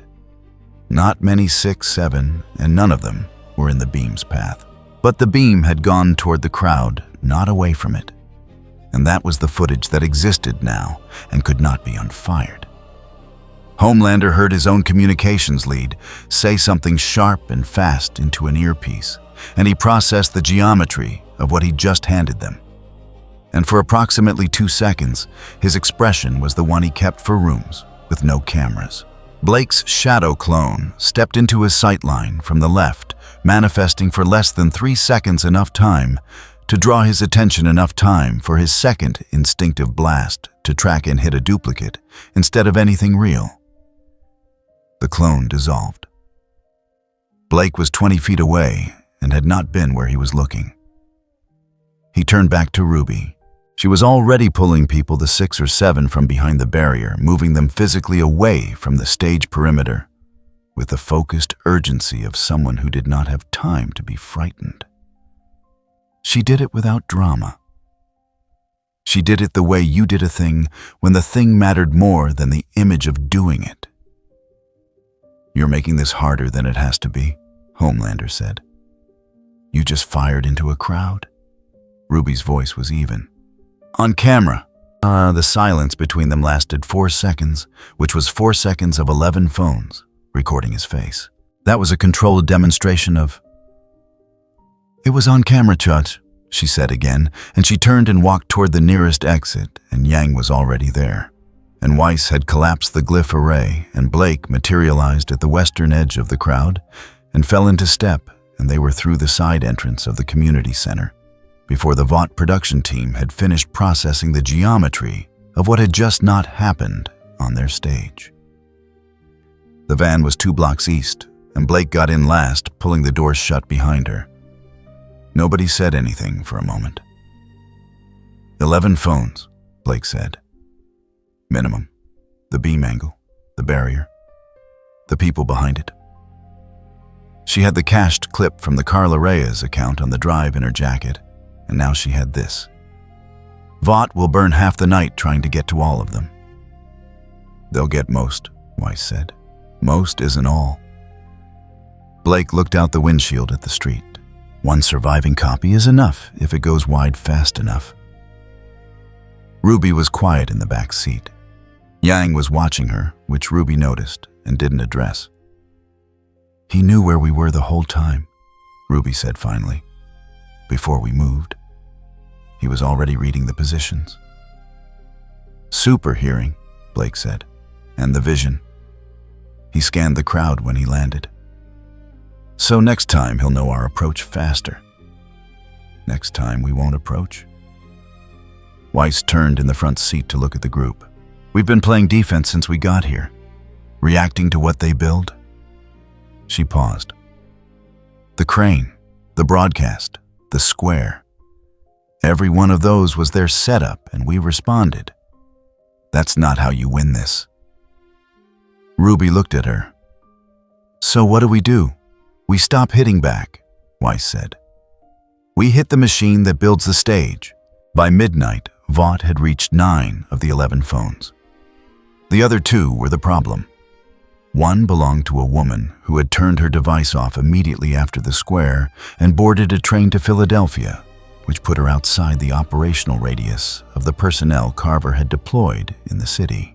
The other was a 17-year-old who had uploaded the clip directly to 3 separate platforms, simultaneously using a scheduling tool, which meant the footage had distributed itself before the phone was even pocketed. Carver read the report in his car and said nothing for a long moment. Then he said to his driver, "Get me the platform liaison numbers." It's past midnight. I'm aware. The clips were short 6 seconds, 8 seconds, 11 seconds, and they showed the same geometric fact from slightly different angles. A heat beam originating from Homelander's position, traveling toward a barrier that had people on the other side of it. The people on the other side were not in the beam's path. That was not the point. The point was the direction of travel. And the direction of travel was toward the public, and no amount of framing language turned that into a controlled demonstration. Carver sent 3 messages before his driver pulled onto the highway. The first was to the platform liaison. The second was to the Vought legal team's night contact. The third was to Whitlock, which read, 2 outstanding. 1 distributed, working on containment. She responded in 4 minutes. How long? He typed 12 to 18 hours for platform-level suppression. The mirror copies are the problem. She responded, fix it. He put the phone in his jacket pocket and looked out the window at the highway lights and thought about mirror copies and the particular mathematics of something that had already been seen. Blake had not slept. This was a choice rather than a hardship. She'd gone through longer stretches on worse problems, and the window between Vought's operational capacity at midnight and their recovery at 6 in the morning was narrow enough that sleeping through it was not a trade she was willing to make. What she'd done instead was follow the chain she'd started building 3 days ago to its next node. The transit pattern for Vought Special Services ran on a schedule that looked irregular until you mapped it against incident response times, and then it resolved into something almost bureaucratic. 2 primary transfer points in the city, one in the garment district and one near the West Side rail yard, where materials moved between field teams and the secure storage facility that Blake had been working to locate for the past 36 hours. The storage facility wasn't listed anywhere public. It didn't need to be. But the vehicles that serviced it had to use roads, and roads had patterns, and Blake had been mapping patterns since before she learned to read English. At 2:15, she watched a gray cargo van make the turn she'd been waiting for. The same turn, the same vehicle profile, the same 30-minute interval as the previous 2 nights. She followed it on foot for 6 blocks, enough to confirm the destination. And then she stopped following and went back to the hotel and woke Weiss. "I have the building," she said. Weiss sat up. She didn't ask how long Blake had been awake. She said, "Show me." The building was a 4-story commercial structure in the West 30s that had no signage and a loading dock that faced an alley rather than the street. The ground floor appeared from the exterior to be a logistics company. The upper floors had no windows on the south face, which was the kind of architectural choice that served a specific purpose. They moved at 4 in the morning, which was the narrow slot between Carver's late-night team cycling out and the day shift arriving. Blake had timed the guard rotation on the loading dock at 90-minute intervals. Weiss had the entry point mapped to the east stairwell, which had a fire door accessible from the alley with a magnetic lock that responded to the same frequency as the Red River card system. A standardization choice that someone in Vaught's facilities management had made for convenience and that now cost them. RWBY went in first. The east stairwell was dim and smelled of climate control and the specific antiseptic cleanliness of a place that was cleaned professionally rather than casually. She took the stairs at a pace that was not quite pedal burst, that would have been loud, but faster than any person running flat out, her footsteps calibrated to land on the outside edge of each step where the material was most rigid and least resonant. Second floor storage. Third floor, the door had a different lock, a keypad rather than magnetic. She was past it in the time it took to register the difference. Crescent Rose's compact form used as a lever at the housing joint, the same lateral pressure Yang had used on the Red River service door, controlled and targeted. The third floor was what they wanted. 4 server racks against the north wall. 2 workstations. A wall of physical storage drives in labeled cases organized by incident date. The dates ran back 3 years. Blake had told them what to look for: the West 46th incident files and the Red River intake records, and anything with a header that included the words Crisis Response Protocol or Narrative Management. She pulled the West 46th drive in 40 seconds. The label was precise in the way that organized deception was always precise. Incident number, date, classification level, a notation that read Field Clean Complete in red type. She pocketed it and moved to the Red River files. The Red River section took longer because it was larger than she'd expected. Not one file, but a series intake records going back 4 years. Assessment protocols, transfer authorizations, and this was the one she pulled without hesitating, a folder labeled Development Pipeline Candidate Tracking. RWBY's name was in it, so was Marcus's. So were 14 others, each with a photograph and a numerical score. And a column marked Vought Talent Potential with a scale from 1 to 5. RWBY was a 4.8. Blake photographed the folder rather than taking the physical file, which would be missed. She photographed 12 pages in 90 seconds.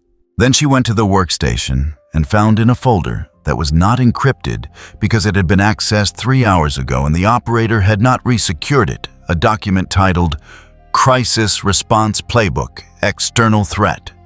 It was 43 pages long. It had a table of contents. It listed in the language of project management, rather than malice, the sequence of steps for managing any powered individual who operated without Vought authorization. Media framing timeline, legal instrument options, leverage identification, voluntary intake procedures, escalation thresholds, and on page 31, a section titled Talent Acquisition versus Neutralization. Decision matrix. The decision matrix had a flowchart. The flowchart had a box at the bottom that read, if public sentiment greater than 40% favorable and asset value. High, pursue acquisition. If public sentiment less than 40% or asset value, low, pursue neutralization. Below that box in smaller type, a note, neutralization actions require Tier 1 approval. See Appendix C for authorized personnel. Blake photographed all of it. She was back at the stairwell door in 4 minutes and 12 seconds from the moment she'd entered the 3rd floor. She heard nothing behind her that suggested she'd been detected. What she did hear at the base of the stairwell was a door opening. The guard was not on the schedule. He was young and carrying a takeout bag, which meant he'd been on a break and was returning early, which meant the rotation had shifted slightly, which meant Blake's margin had just collapsed from 12 minutes to 0. She assessed in the time it took him to register that someone was in the stairwell. He was not special services. Wrong posture, wrong alertness. Building security rather than operational personnel. He was going to shout. She deployed Shadow. The clone materialized at the top of the stairwell behind her and made enough noise going up to pull his attention for 2 seconds. 2 seconds was enough for Blake to close the distance, apply pressure at the specific point on the neck that interrupted blood flow without damaging anything, and lower him to the floor in a controlled way that would leave him with a headache and no memory of the last 30 seconds. She propped him against the wall in a position that would read as someone who had sat down, put the takeout bag beside him, and was out the fire door in the time it took to exhale. Yang was at the alley entrance. She looked at Blake, looked at the door, looked at the drive in Blake's hand. "Go," Blake said. They were 4 blocks away before the guard's radio crackled with a check-in call that received no response. Weiss was the last one back. She'd held the east approach for the extraction window, one glyph arrayed at the alley entrance that would have, if triggered, created enough geometric interference with the loading dock's motion sensors to buy 90 seconds of cover. She hadn't needed to trigger it. She collapsed the array as Blake and Yang cleared the alley, and the 4 of them walked, not ran walked, to the transit stop 2 blocks north. On the train, RWBY sat next to Blake and didn't speak for 3 stops. Then, "Did you see the pipeline document?" "Yes. My name was in it." "Yes." RWBY was quiet for another stop. "Marcus was a 3.1, she said. They weren't going to move him to the development program. Blake looked at her. "How do you know the scale?" "I saw the folder when I was photographing it. I read fast." RWBY looked at her hands. They were going to leave him there. The train moved through a tunnel, and the lights flickered once and came back. Neither of them said anything about what that meant for the 14 other names on the list. Back in the room, Weiss went through the photographed files methodically, while the others ate something and didn't talk much.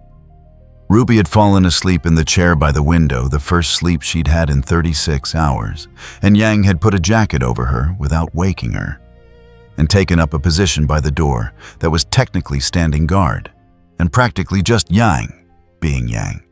Blake watched Weiss read and waited. After 20 minutes, Weiss set down the tablet with the photographs and looked at the wall for a moment in the way she looked at things when she was reconstructing their architecture. "It's not one operation," she said, keeping her voice low enough not to wake RWBY. "The Red River intake, the crisis response protocol, the talent pipeline, the media framing timeline. These aren't separate programs. They're the same program." "Please?" She picked up the tablet again, turned it to show Blake the table of contents page. "Every step we've been through since day 1 is in here. Our arrival, the crane footage, the framing RWBY's intake, all of it is a documented process, with numbered steps and assigned personnel." Blake looked at the table of contents.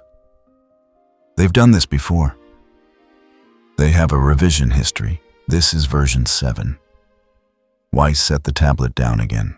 Version 1 was 6 years ago. The room held that for a moment. So we don't just need to publish the West 46th footage, Blake said. No. Weiss looked at her steadily. We need to publish the playbook. The playbook dropped at 6:17 in the morning. Not the physical document, Blake had kept that close, but 14 photographs of its pages, uploaded simultaneously to 7 platforms from 4 different devices across 3 boroughs. The upload was timed to the window between Vought's overnight monitoring shift and the day team's arrival, which Blake had calculated from the platform suppression response times she'd tracked after the square. 11 minutes before the day team would have caught it. 11 minutes was enough. By 7, the playbook had been screenshotted, shared, quoted, and pulled apart by 3 journalists who recognized what they were looking at, and 2 who didn't, but posted anyway. By 8, it had a name, the Vought playbook. By 9, 2 senators had been sent copies by constituents, and their offices had issued statements saying they were reviewing the materials. The statements were cautious and non-committal, and existed primarily to appear on record, but they existed, and that was the threshold that mattered.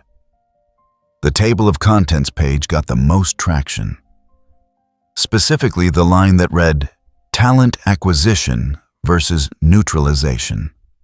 Decision matrix, because that line in plain language said that a corporation had a documented procedure for deciding whether to absorb or eliminate people based on their public approval rating. It was the kind of sentence that required no interpretation. It arrived fully assembled. Vaught's response was swift and shaped like a question. Where did this document come from, and can its authenticity be verified? Which was not a denial. Denial would have required them to say the document didn't exist, and saying that carried its own legal exposure. So instead, they questioned the source, which bought time, and while they were buying time, they were also simultaneously doing 3 other things. The first was calling their media contacts. The second was drafting a statement that used the word context 11 times. The third was calling Homelander. Sator, he picked up on the second ring, which was unusual. He was already watching the coverage. Whitlock didn't waste words. We need a response event. Public visible today. I'm aware. The playbook framing is getting traction. We need something that recenters the safety narrative. If you're seen addressing this directly, I'll handle it. His voice was even. Professionally, even the kind of even that required maintenance. Where are they? We don't have a confirmed location. They'll come out. He was still watching the screen where a morning anchor was reading from the table of contents page with an expression of careful neutrality that was its own kind of verdict. They put this out this morning. They didn't put it out and then hide. They want the next step. A pause on the line. Homelander. I said I'll handle it. He ended the call and set the phone face down and looked at the coverage for another 30 seconds. The anchor used the phrase, decision matrix, twice. The second time a panelist on the split screen said, if this is authentic, we're not talking about corporate misconduct. We're talking about a company that has been deciding who lives and who doesn't, based on brand value. Homelander turned the television off. RWBY had chosen the location 2 days before they used it. An open plaza near the river, press accessible from 3 directions, with no Vought-affiliated infrastructure in the immediate vicinity. Vicinity and a sight line that made helicopter interference difficult without being visible to everyone watching. RWBY had walked it twice. Weiss had mapped the acoustic properties relevant for what would happen if Homelander used his hearing to gain positional advantage. Blake had identified 4 exit routes that didn't cross a single Vought camera arc. Yang had said fine, and looked at her prosthetic hand and said nothing else. The press arrived before they did. Word had moved through the same network that had distributed the playbook, and 17 journalists and 6 independent live streamers were positioned around the plaza perimeter by 10:15. Not invited, informed. There was a difference, and RWBY had been deliberate about it. They hadn't called a press conference, they'd simply made it known through intermediaries that something worth recording would happen at this location at this time. If journalists chose to be present, that was a journalistic decision. RWBY stepped into the plaza at 10:30 with crescent rows in its compact form and no prepared statement, because a prepared statement would have been the wrong register entirely. She addressed the live streams directly and briefly. "We're not a threat. We don't want contracts. We want the kids in Red River to go home." She held up a drive. "Everything on this is in the playbook. Red River intake files, West 46th incident documentation, the full crisis response protocol. Copies are going to every journalist here and to 6 independent archivists in 3 countries. Vought can suppress some of it. They can't suppress all of it." She set the drive on a low barrier at the plaza edge and stepped back. Weiss was already moving a glyph, arrayed quietly along the inner perimeter of the space, low and flat, the kind of structure that looked like nothing until it needed to be something. Not for combat. A boundary, anything ballistic crossing it would deflect upward and outward away from the press positions. She'd placed it before the journalists arrived, and none of them had noticed. "They're coming," Blake said from her position at the north edge. She didn't mean Vought Special Services. He came from above, as always, the landing designed for maximum visual impact. The cape catching the morning light, the posture of someone who had never once in his life been uncertain about his right to occupy a space. The journalists pulled back from the landing point. The live streamers stayed where they were. One of them, to his credit, did not lower his phone. Homelander straightened and looked at the 4 of them across 30 feet of open plaza and the 17 journalists in between. And he smiled. The smile was the practiced one, the public one, the one that had been calibrated over years to communicate, "I am in control of this situation." "I'm glad you chose to come forward," he said at carrying volume. "It shows good faith." "We're not here for good faith," RWBY said. "We're here so you can't say we hid." "The document your group released this morning is a fabrication. Our legal team is version 7, Blake said from the north edge. "The revision history goes back 6 years. The metadata is intact. Your legal team can argue authenticity in a proceeding. They can't argue it fast enough."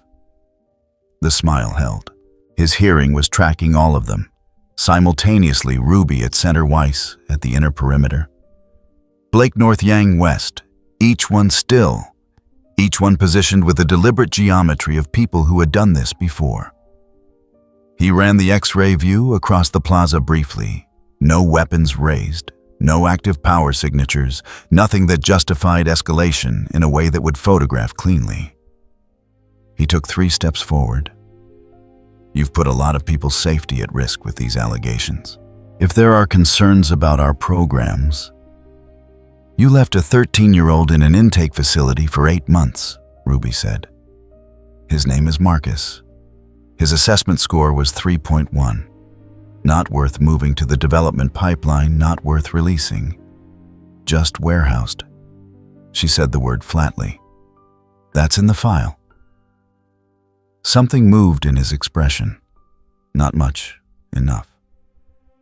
"Programs like Red River exist because uncontrolled abilities put children at risk," RWBY finished. "I know. It's on page 4 of the playbook. I read it." He stopped moving.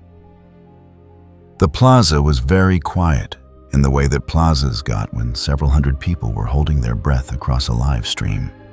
Then Weiss stepped forward from the perimeter, not toward Homelander, but to RWBY's right, closing the distance between them, and when she spoke, her voice was level and did not try to carry. "You have 2 options. You can let us walk out of here with this documented and distributed, or you can escalate in front of every journalist in this city. She looked at him steadily. We've already done the thing that mattered. There is no version of this where you win it back today. His expression closed in the way it did when the performance layer ran thin. He looked at the live streamers. He looked at the journalists. He looked at the drive sitting on the barrier. The heat vision came without a count, not at any person, but at the barrier itself. The stone surfaced 2 seconds of burn that cracked the material and sent journalists scrambling backward and live stream audio spiking with shouts and the sound of equipment movement.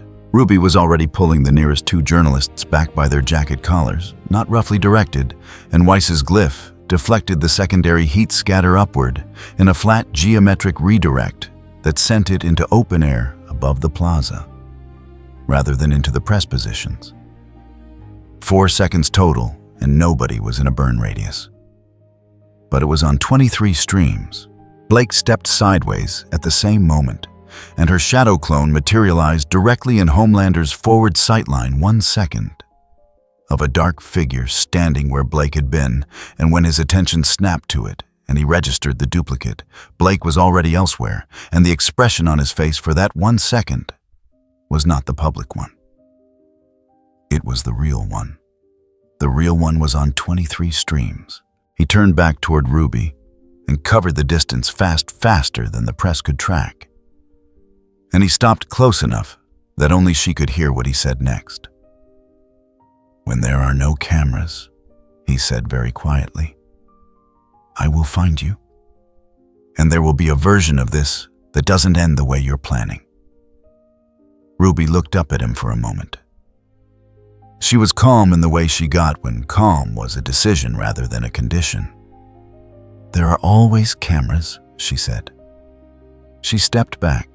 Yang had been standing at the west position for the past 4 minutes with her arms at her sides and her weight distributed in the way it distributed when she was holding something back. She'd watched the burn scatter. She'd watched the journalists scramble. She'd watched the shadow clone moment and the 23 streams and the close exchange she couldn't hear. She calculated. The math was 1 strike, not to end it, to mark it, something the streams would carry that said clearly and without interpretation, this is what we think of the performance. She crossed the plaza in 3 steps and put her right fist, the prosthetic, the one with the shotgun housing, she wasn't using just the weight and force of it, into Homelander's sternum, at a downward angle that used the geometry of her height disadvantage in reverse driving upward and forward. It connected with the sound of something structural being asked a question it hadn't prepared for. He didn't go down. He wasn't going to go down from 1 hit. He went back. 4 feet, stumbling the cape, catching air wrong, and for 2 seconds, 2 full seconds on 23 streams. Homelander was not the version of himself that existed on billboards. Yang let her arm drop. She did not follow up. She turned around and walked back to her position and stood there, and Homelander straightened, and the plaza held the moment for a beat too long for anyone to pretend it hadn't happened. Bug. They were out of the plaza in 90 seconds through the east exit that Weiss had kept clear into the transit system before the Vought response vehicles were in position. On the train, no one said much. RWBY had the drive in her pocket, a copy of the originals already distributed. Blake was watching the live stream replays on a borrowed device, moving through the moments with the efficiency of someone taking inventory. 23 streams, she said. The close exchange. His face. The hit. She looked up. They'll suppress what they can. Some of it will go. But the close exchange is the problem for them, the body language reads. You don't have to hear what he said to know it wasn't a public safety statement. Yang was looking at her prosthetic hand. Did I hit too hard? You hit exactly hard enough, Weiss said. That's not what I asked. Weiss considered this for a moment. He's standing. Nothing is structurally compromised. Every journalist in that plaza saw him get hit by someone half his size and stay standing. She paused. And then they saw his face. Yang looked out the window at the tunnel walls. Good, she said, and didn't elaborate. RWBY leaned her head back against the seat and closed her eyes and felt the vibration of the train through the frame of the car, and let herself, for the first time since West 46th Street, sit with the weight of the week without trying to process it into a plan. The city moved around them, indifferent as always, and somewhere above it, 23 undeleted streams were running in a loop, and in one of them, for 2 full seconds, the most powerful image in American public life had looked exactly like what he was. The file went out in 37 directions at once. Not a single upload, not a single platform, not a single point of failure that Vought's suppression infrastructure could identify and cut. Blake had spent 2 days building the distribution architecture from borrowed devices and public terminals, and 3 journalists she'd assessed as trustworthy enough to act on what they received before anyone told them not to. The playbook, the Red River intake records, the West 46th incident documentation, the crisis response protocol in full, and the piece that mattered most, a 6-minute edit of footage from the plaza confrontation that included the heat beam, the stumble, and 14 seconds of Homelander's face during the close exchange with RWBY. 14 seconds of a man who was not performing. By 7 in the morning, the 6-minute edit had been re-uploaded 40 times across 11 platforms. By 8, it had been embedded in 4 news articles. By 9, a former Vought contractor who had been quiet for 3 years posted a 6-paragraph statement on a personal blog that nobody had read in 2 years, and that was within 90 minutes the most visited page on the hosting platform. The contractor's statement did not allege anything that the playbook didn't already document, but it had a name attached to it, and a name made it real in a way that a leaked document, however authentic, could be argued around. A person who said I was there, and this is what I saw, operated on a different register than a PDF. Vought's communications team identified the statement at 8:40 and had a response drafted by 9:15. The response used the word context 9 times and the phrase former disgruntled employee twice. It was distributed to their standard outlet list and picked up by 4 of them. The other 6 did not run it, which had not happened before, and the person tracking pickup rates in Vought's media monitoring division sent an internal flag that read, "Anomalous non-uptake, recommend escalation." Nobody escalated it. Everyone was already fighting something else. In the Vought Tower conference room that had become over the past 7 days, something close to a war room, Donna Whitlock stood at the head of the table and looked at 12 people who were waiting for her to tell them what to do, and for the first time in the process, she took 11 seconds to begin speaking instead of her usual 3. "The distribution architecture is multi-point audio," she said. "We cannot suppress the primary material. We can contest authenticity, we can control the framing on some outlets, we can pursue legal action on the leak itself." She paused. "None of those actions are fast enough to matter in the next 6 hours." Harper Lane had a tablet in front of her. The contractor statement changes the calculus. A named source invokes different legal protections. We can file for defamation, but a filing takes time and generates its own coverage.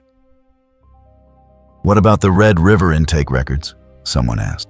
"Authenticated by 3 independent parties by 7:30 this morning. The metadata is intact.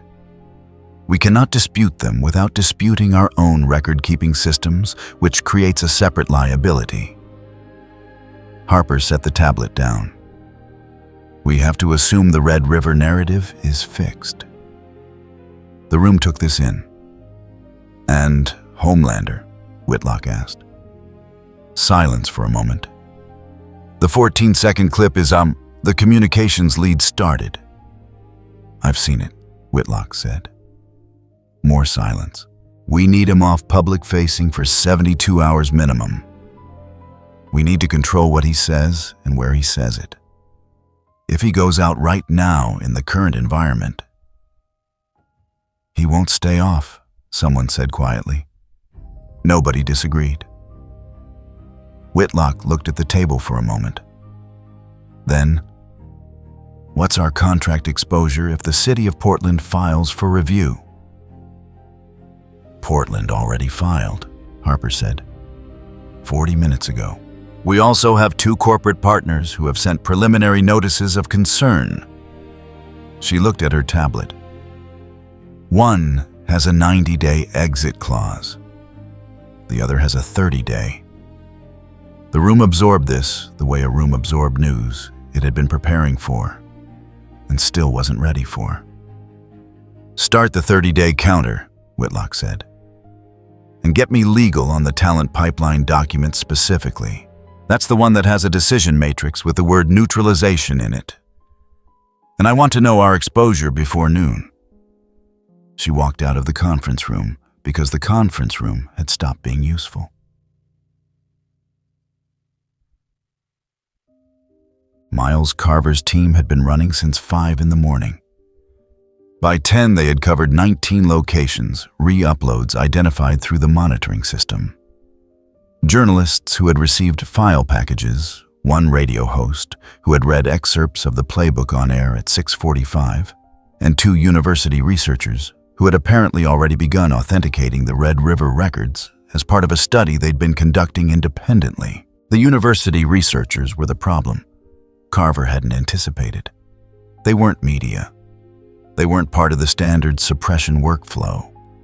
They had institutional backing and peer review processes and no financial relationship with Vought, and no particular reason to accept a conversation with a man in a utility vest carrying a tablet. One of them, when approached, had looked at Carver's lanyard and said, "We're academics. If you'd like to contest our methodology, you can submit a formal response to the journal." Then she'd gone back inside. He'd stood on the sidewalk outside the university building for a moment and accepted the specific quality of defeat that came from a system encountering something it hadn't been designed to handle.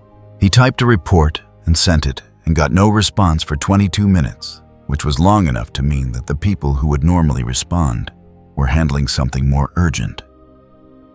He put his phone away and looked at the street and thought, this is what it looks like when you're doing the job correctly and the job stops being possible. He didn't go home. He kept working because keeping working was the only category available to him. But the mathematics of it had changed, and he understood the mathematics. And the mathematics said, you can slow this. You cannot stop it. Then the call came from a number Ruby didn't recognize through a device that wasn't hers, relayed through a contact Blake had established with a journalist 3 days ago. The journalist said 2 things. First, that he had the file package and had verified the intake records, and second, that a man matching the description of a Vought Special Services operative had been seen outside the building where a woman named Carla Reyes, the original clip poster from West 46th, was currently staying. Carla Reyes, whose account had been deactivated, who had a cached copy of the original footage that Blake had preserved, and who was apparently now of sufficient interest to Vought that someone had been sent to her location. Ruby looked at the others. How far? Yang asked. 8 minutes, Blake said. They were out the door in 40 seconds. The operative was at the building entrance when they arrived, not inside, not yet, just standing at the intercom with the body language of someone waiting for a response that wasn't coming. He was alone, which meant either he was the first of several, or he was a watcher rather than an actor. Blake assessed the second as more likely. Watchers came first. Ruby came in from the north, and Yang from the south, and the operative had half a second to register that something had gone wrong before Ruby's pedal burst closed the distance between the corner and the entrance in a single breath, and she was standing in front of him with crescent rows still folded, not raised. She's not going to open the door, Ruby said. And you're going to leave? The operative looked at her. He looked at Yang, who was standing 10 feet away, with her arms at her sides in the way that communicated volumes. He looked at Blake, who had materialized at the building's service entrance and was watching him with the flat attention of someone conducting an assessment. He looked back at RWBY. This is a lawful. She's a private citizen, RWBY said. She hasn't done anything. Whatever you're here to collect or prevent, it's too late. The file is out. She paused. Go. He went. Not quickly, not with any sign that he accepted the logic of it, but he went, which was the only outcome that mattered. Weiss, who had been at the building's east wall and had said nothing through the entire exchange, watched him reach the corner and turn and tracked him until he was out of visual range. He'll call it in, she said. I know, RWBY said. Let him. Inside the building on the 4th floor, a woman named Carla Reyes was sitting at her kitchen table watching the coverage on a laptop and had not in fact opened the door for the man at the intercom. She didn't know that 4 people had just stood between her building entrance and whatever was going to happen next. She would find out later from a journalist's account, and she would feel something complicated about it that she wouldn't entirely resolve, but she still had the footage, and the footage was still out. By noon, the coverage had reached a volume and a texture that Vaught's monitoring system classified as saturation level, which was a designation that existed in their protocols but had only been triggered twice before. The first time had been a supply chain scandal 7 years ago that had eventually been contained. The second was Flight 37. The Flight 37 mention appeared in the coverage almost organically, not planted, not coordinated, simply because journalists and commentators who had been in the industry long enough remembered, and the pattern in front of them rhymed with a pattern they'd seen before. A late-night anchor said it plainly. What we're looking at is not an isolated failure. The document released this morning describes a process. Processes are repeated. She didn't say Flight 37 by name. She didn't need to. The comment section said it for her 4,000 times over. A city council member in a Midwestern municipality that had a Vought public safety partnership called a press conference at 1 in the afternoon and announced a 90-day suspension of the partnership pending independent review. He was the 5th largest contract in Vaught's municipal portfolio. He was not the last to call. The polling by 3 in the afternoon showed something that Vaught's internal research team marked as unprecedented in current cycle favorable opinion of Homelander had dropped 11 points in 6 hours. 11 points was not a collapse. Favorable opinion was still above 50%, but the trajectory was new. And trajectory mattered more than position, and everyone in the building who understood numbers understood what a line that was moving in that direction meant if it continued moving. It was not guaranteed to continue. Nothing in public opinion was guaranteed. People forgot, recalibrated, accepted the next narrative. Vought had survived worse by waiting and working, and they would work this too. But the 14 seconds of Homelander's face were out there, and the playbook was out there. And a woman named Carla Reyes still had her footage. And a former contractor had put his name on a statement. And the Red River records had been authenticated by academics who had no reason to retract. The tools that had worked before were working slower. Some of them weren't working at all. At 4 in the afternoon, RWBY sat in a park in Lower Manhattan and ate something from a bag and didn't talk about the coverage for a while. RWBY watched a kid on a bike navigate around a group of tourists and thought about Marcus, who was still in Red River, and the 13 others on the pipeline list, and the 8 months Zoe had described like a number she'd stopped being surprised by. The records were public now. The intake process was documented and distributed and argued over on every platform that existed, and several that had been created this week specifically to host the argument. Whether that translated to Marcus going home was a different question with a longer answer, involving systems that moved slowly and institutions that defended themselves and processes that ground forward at a pace designed more for stability than justice. She knew that. "We're not done," she said. Nobody argued. "The records are out," Blake said. "The playbook is out. But publication isn't the same as accountability. Accountability is slower and dirtier and requires people in this city who actually have institutional power to do things they'd rather not do." She looked at RWBY. "We don't have that kind of leverage yet." "We have time," RWBY said. "We're here. We can keep doing what we've been doing. Cracks in walls, not just one wall." Weiss was quiet for a moment. "We have no legal standing in this jurisdiction, no documentation of our own, no rights that this system is obligated to respect." She said this not as an argument against staying, but as a statement of the terrain. "We would be operating entirely outside any formal structure." "Good," Yang said. "Formal structures are what put Marcus in there."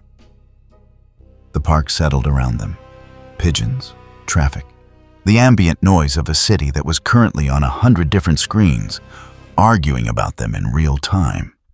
RWBY thought about Beacon and the work that had never been finished there, and about the nature of ongoing things, how they didn't resolve cleanly, how they continued past the moment you'd thought would be the endpoint, how the right response to that was not resolution, but presence.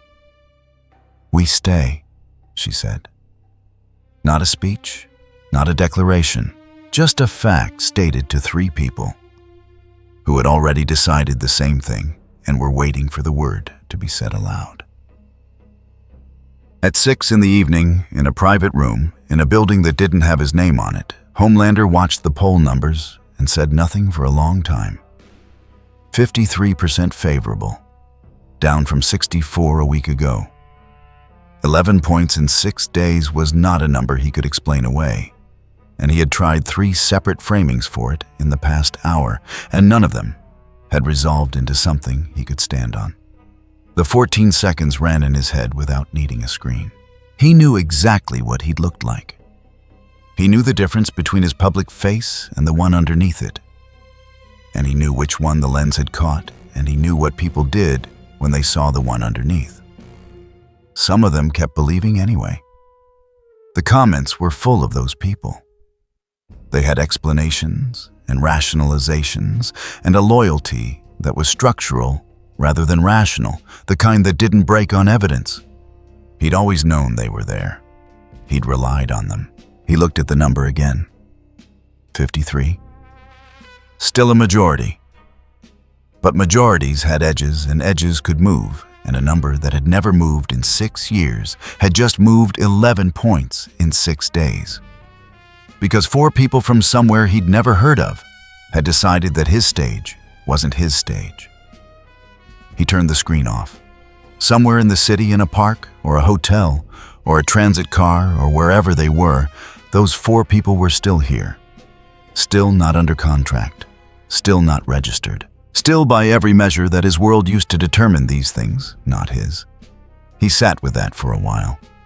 Then he picked up his phone and called a number. And when the call connected, he said, "I need 6 weeks and no cameras, and then we'll have a different conversation about how this ends." The voice on the other end said something non-committal. He ended the call and looked at the dark screen and let himself in a room with no audience be exactly what he was. The city outside continued its evening. 23 re-uploads continued running. Marcus in room 16 of Red River watched the same coverage as everyone else on the facility's common room television, and did not yet know that his name was in a file that 3 academics were currently cross-referencing against a publicly distributed document. But he would know by morning. And somewhere across the bridge, Ruby Rose was asleep for the 2nd night in a row, without a plan for tomorrow, which was new and which felt not safe. Nothing here felt safe but honest, like the right kind of unfinished. The work continued. It always did.